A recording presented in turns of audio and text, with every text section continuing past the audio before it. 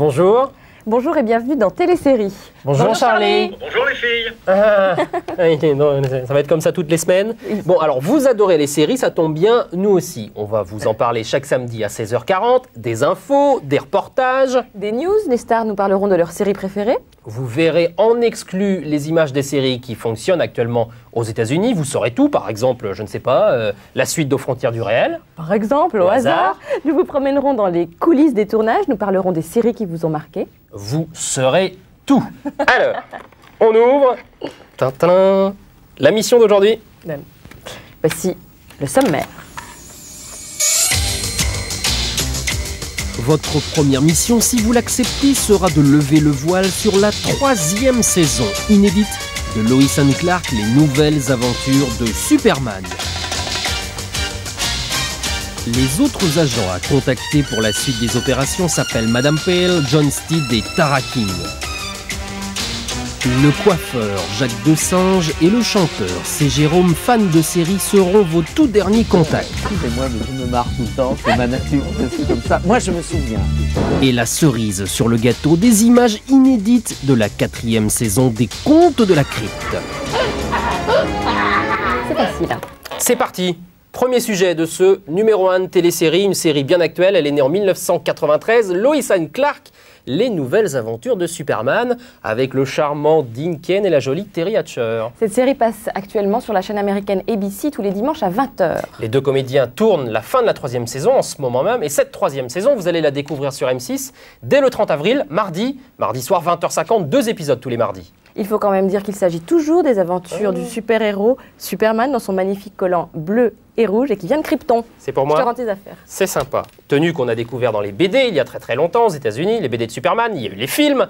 Et cette fois-ci, dans la série, on peut le dire, le héros national américain prend une grosse claque puisqu'elle est plutôt traitée sur le mode humoristique. Mais il s'agit toujours du duo de journalistes Lois Lane et Clark Kent qui travaillent au Daily Planet, d'où le titre Lois and Clark. Superman est né en 1938 grâce au dessinateur Joe Shuster et au scénariste Jerry Siegel. Il est très vite devenu un personnage incontournable du cinéma, des dessins animés, puis de la télé en 1993. Une série où notre héros cache toujours son identité sous les traits de Clark Kent, journaliste au Daily Planet. Un héros qui s'empresse de défendre la veuve et l'orphelin dans un métropolis qui en a bien besoin. Vous avez entendu ce bruit? Non. Mais qu'est-ce que vous faites assis là?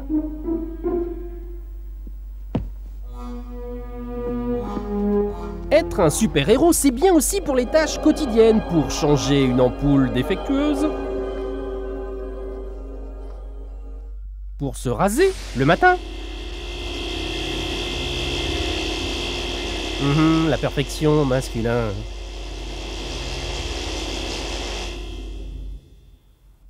Ou alors pour épater les copains. Ah oui, ça c'est du sport.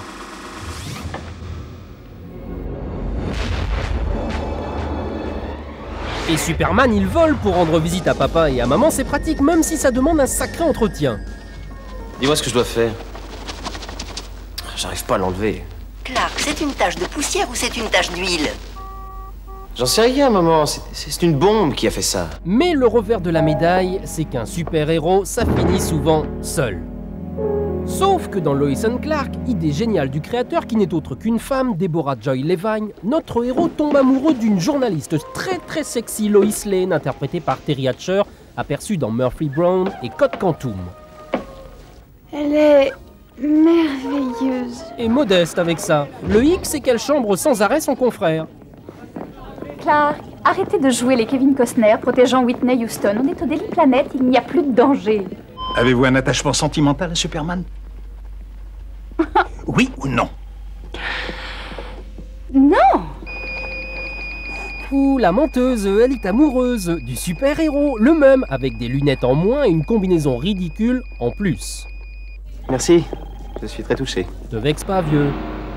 L'ennemi juré de Superman, c'est Lex Luthor. Et puis il y a Perry White, le patron bougon du Daily Planet. Oui, chef? J'ai besoin qu'on m'aide. Ta cuisine lui a manqué, dis donc. Clark, mon chéri, tu as tout avalé. Tu es préoccupé, on dirait. Et enfin, les parents adoptifs de notre héros. Je veux que vous me disiez tout ce que vous savez sur la façon dont vous m'avez trouvé. Et au milieu de tout ça, même si Lois ne rêve pas d'une petite vie pépère, elle finit par en pincer pour Clark. Clark? Oui. Je m'ennuie de vous. Vous me manquez aussi, Loïs. Et après 43 épisodes, le garçon se décide enfin à lui poser la question. Voulez-vous m'épouser?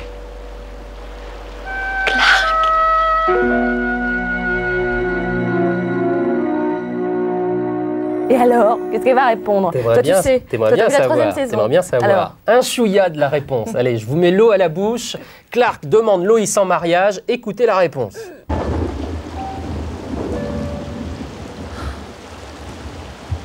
C'est une question de qui? De Clark? Ou de Superman? Ah, quand même, après 2 saisons, elle l'a reconnu. Et t'aimerais bien en savoir plus? Oui. Eh bien non. Non. Réponse le 30 avril sur M6, 20h50, 2 épisodes de la nouvelle saison de Lois and Clark. Et quand on regarde de plus près cette série, on s'aperçoit que la charmante Lois fait littéralement succomber tous les hommes, moi le premier d'ailleurs. Et c'est une femme qui a remarqué ça, la jalouse, c'est Valérie Abécassis. Et les gars, vous la trouvez jolie? Ouais. C'est une garce. Je suis désolée. Lois Lane? Monsieur Eyrig? Mais ça marche avec les garçons. Dan, je vous en prie. Excusez-moi, mais ça a été plus fort que moi. Lois Lane casse le cliché de la Wonder Woman célibataire. Je veux consacrer ma vie à votre bonheur. Mieux, elle revendique le style peste. Les 3/4 des femmes sont seules, elle les collectionne les uns derrière les autres, à commencer par le plus viril d'entre tous qui, paraît-il, fait fondre les banquises. C'est renversant. Superman ne sait plus comment lui parler. Clark Kent ne peut rien lui révéler. Laissez-moi vous dire. Non, s'il vous plaît, écoutez-moi. Lex Luthor n'a rien à lui dire. Je vous ennuie à mourir. Pardon? Je vous ennuie à mourir. Non. Et lui s'est fait manger l'oreille. Je cherche un homme. Un homme à part entière. Est-ce que c'est trop demandé? Et le pire, elle n'est pas satisfaite. Mais ma petite, il faut choisir maintenant. Superman. Ah oui. Mais là, c'est peut-être trop tard. Et vous avez une idée de ce que vous pourriez faire contre ça? Elle le sait très bien, Lois Lane. Continuez à les enquiquiner, les hommes. Journaliste et femme fatale, Lois Lane a inversé les stéréotypes hommes-femmes. Désormais, c'est elle qui harcèle les messieurs. Vous voulez monter, beau garçon? C'est elle qui domine et c'est elle qui est de mauvaise foi. Bonilla! Oui, je le savais! Non, vous le saviez pas. Si, je vous assure, je le savais! Oh. Pinot, je m'ennuyais de toi. Ah, dans le temps, c'était bien différent. Barre-toi, on doit parler. Tu n'as pas de secret pour moi. D'habitude. Allez, barre-toi. En 60 ans, les familles ont gagné, non?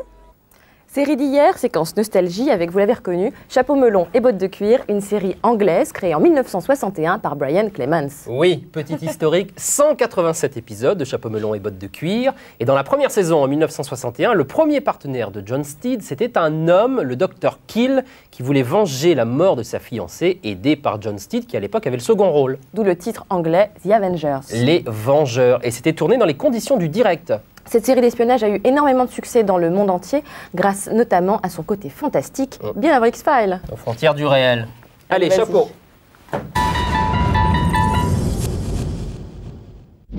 Quand on regarde de très près l'œuvre Chapeau melon et bottes de cuir, on s'aperçoit très vite que son créateur, Brian Clemens, est un vrai fan d'épouvante, de science-fiction et de créatures en tout genre à vous donner la chair de poule.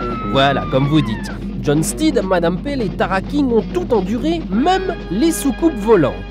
Une soucoupe volante? Une sphère, une boule de lumière brillante, un truc. Ah, et qui vient de l'espace.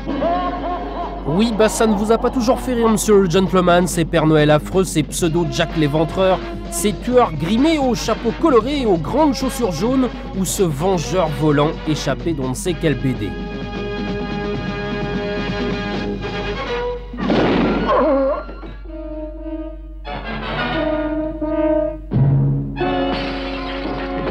Chapeau melon et bottes de cuir n'auraient sans doute pas aussi bien subi l'épreuve du temps si ça n'était vraiment qu'une simple série d'espionnage.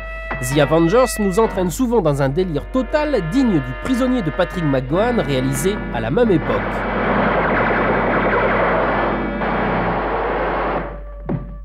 Oui, c'est moi le numéro 6. Pardon. Dédoublement de personnalité, don d'ubiquité, cerveau inversé, il y a parfois de quoi perdre la tête et de se laisser quelque peu emporter par les événements. Aux téléspectateurs qui viennent juste de prendre bottes de cuir et chapeau melon, nous tenons à expliquer que ces deux méchants ont interchangé leur personnalité avec celle de Steed et d'Emma, de sorte que, pour le moment, les deux méchants ont cet aspect, tandis que Steed et Emma ont celui-ci. Vous avez compris? Pas vraiment. Alors pour finir, restons basiques, avec l'ancêtre de Terminator, le cybernaute présent à 3 reprises dans la série. Au moins là, on sera moins dérouté. Quoique...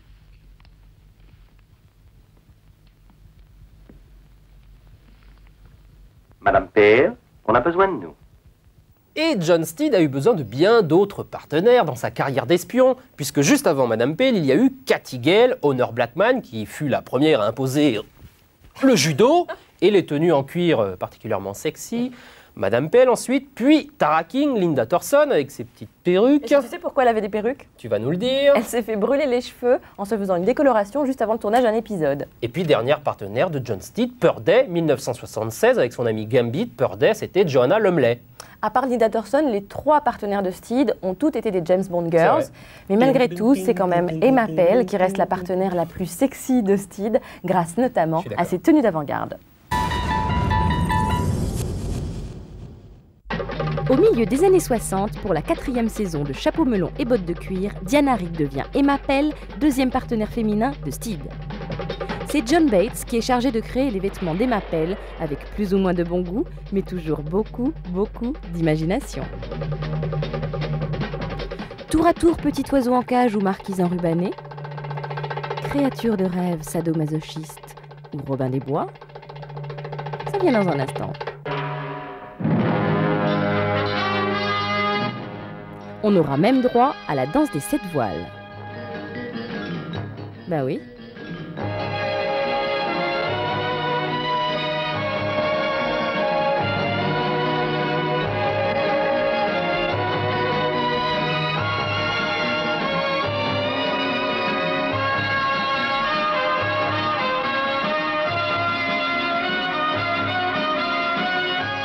Les vêtements de cuir deviennent de plus en plus souples et sont réservés aux scènes de combat.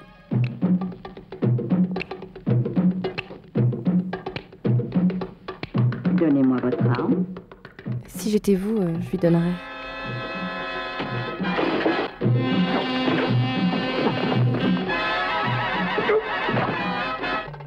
Avec le passage à la couleur, pour la 5e saison, c'est la consécration mondiale. Un nouveau couturier, Alan Hughes, est chargé de la nouvelle image de Madame Pell, et avec lui, les jupes sont au-dessus du genou. Les féministes hurlent d'horreur, mais les producteurs ne céderont pas, les genoux de Madame Pell seront où la série ne sera pas. Ouh, le monteur! Merci. Emma Pell a eu droit à des vêtements à son nom, les Emma Pellers. Faites de crin pleine et de jersey, ces combinaisons d'avant-garde étaient complétées de bottillons faits du même tissu et de la même couleur. De moins en moins sages, pour ne pas dire de plus en plus osés, les Emma Pellers ont consacré Diana Rigg, sa féminité et son corps.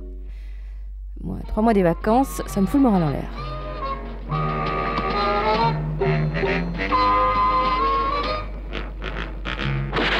Lorsqu'Emma apparaît dans cette tenue, c'est que le danger approche. De quoi tomber raide. Magnifique, n'est-ce pas? Très joli. Tu as un goût du tonnerre, poupée. Et la jolie poupée que vous venez de voir sur le petit écran, vous la verrez sur grand écran cette année dans un film réalisé par Jeremiah Chechik, le monsieur qui vient de réaliser Diabolique avec Sharon Stone, une adaptation enfin cinématographique de la série Chapeau melon et bottes de cuir, avec dans le rôle de Madame Pell, l'irrésistible, la craquante, la charmante, comédienne, Karine, non, pas toi.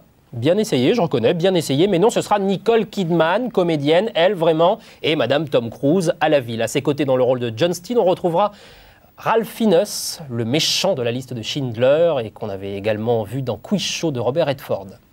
Mais comme on n'a pas pu joindre Nicole Kidman, dont tu prétends avoir perdu le numéro de téléphone... Je voulais pas me fâcher avec Tom Cruise. Bien sûr. Nous avons trouvé un mannequin russe, Julia, et nous l'avons emmené voir Jacques Desange pour avoir sa version d'Emma Pell 1996. Tant pis pour eux.